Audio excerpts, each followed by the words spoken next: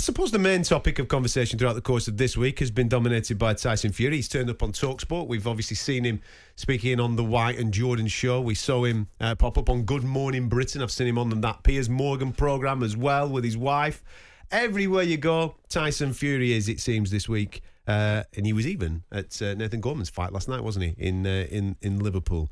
The chat is that he wants $500 million. That's the phrase, I think, isn't it now? 500 million quid. $500 million if you want to see the Gypsy King do his thing one more time. He's, of course, referring to him being retired. That's what he says he is, 7 weeks retired since the fight with Dillian Whyte. And that if you want to see him again, if you want to see him come out and fight the winner of Anthony Joshua, Alexander Usyk, it's going to cost a pretty penny. And he put his price on it in the latter parts of the week, saying that he wants 500 million quid. What have you made of him this week?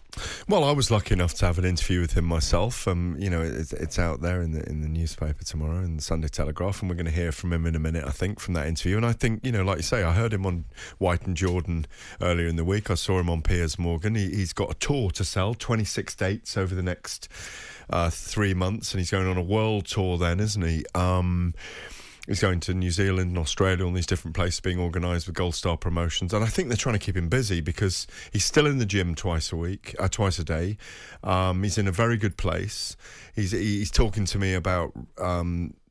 he was with Ed Sheeran the other day. He might sing with Adele. He's got a record. He's got an influential record company that want him to cut a deal. He was telling me that the Don McLean duet, was that American Pie, wasn't it? Won 6 awards, and he's got a third book coming out about his mindset. It's all fascinating stuff, and it's keeping him busy.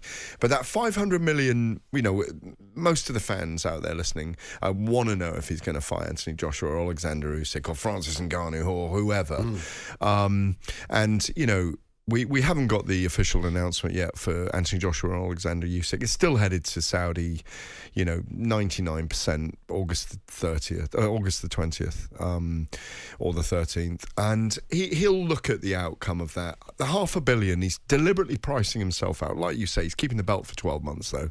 So he's won everything he needed to win. He's in a really good place, but it's a clever move. And I don't know if, it's an instinctive move for him to say, look, test my morality, is what he said to me. Test my morality for $500 million, as the new phrase now is, because I suppose people will now maybe pay $500 million. We've had a couple of fights that have made $500 million and more in boxing, haven't we? With Floyd Mayweather and Conor McGregor, and Floyd Mayweather and Manny Pacquiao. Those 2 fights made over $500 million, and 600 and 700 million US dollars.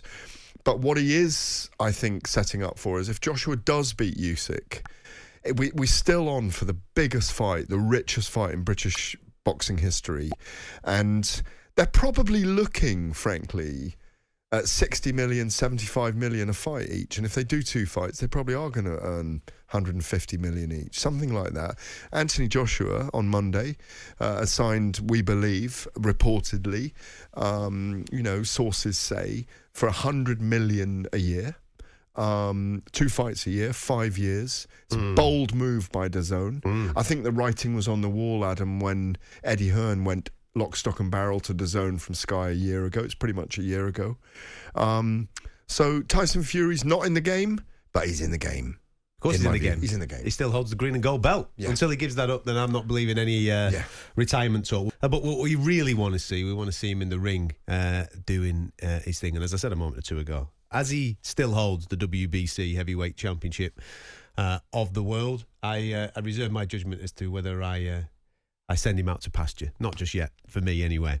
You just mentioned there that we're still waiting on official confirmation of Anthony Joshua, Alexander Usyk. We're expecting that to take place in the Middle East on August the 20th. But what we did get this week is that Anthony Joshua is switching broadcast platforms. He's no longer going to be on Sky Sports. He's going to be working now with DAZN. We're anticipating maybe the launch of DAZN pay-per-view to coincide with all of that. What did you make of it all this week?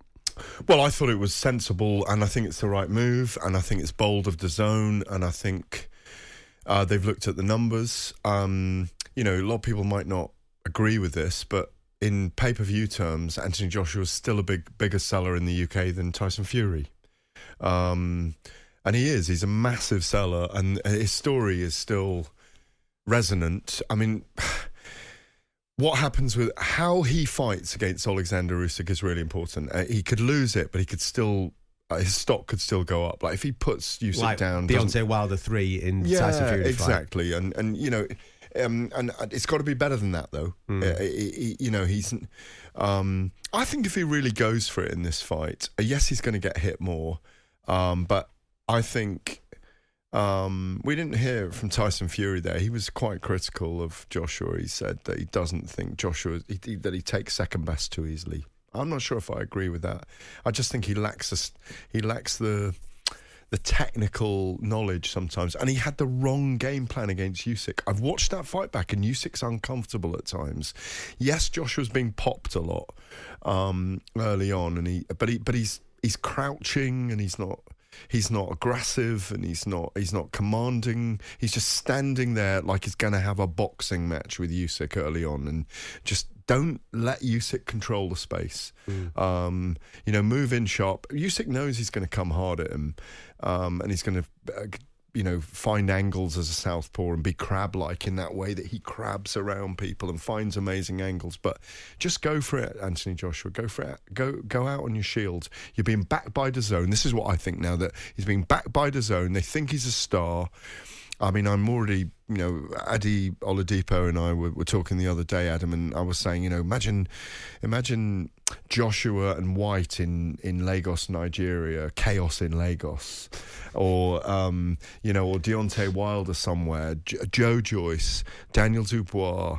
There's all those fights. There's all those fights for him. And if Tyson Fury doesn't come back and he does get beaten by Usyk, you know, DAZN want to employ him. I don't think he's going to fight 10 fights in the next 5 years. I don't see it unless he starts to win again, and he wins again, and he wins again, and he wins again. I don't see him fighting 10 more times. I just don't see it. He's too wealthy, and it'll become enough, especially if he loses twice in a row. If he keeps winning, and if he does win this one, and most people don't think he will win it. I think it'll be a shorter career, but it's like that in boxing, because everyone's mentally fragile in some ways. Everybody gets beaten at some point, and that's why, just going back to Tyson Fury, if he does walk away now, he'll always be regarded as a great champion. You know, the headline on my piece was, "I'm in an exclusive club, me and Rocky Marciano." And as we know, Rocky Marciano died in a plane crash. He was an undefeated heavyweight champion of the world, and Tyson Fury can walk away as an undefeated heavyweight champion of the world. And, you know, who knows when that's going to happen again? I mean, it might be Alexander Usyk. You never know. You never know, yeah.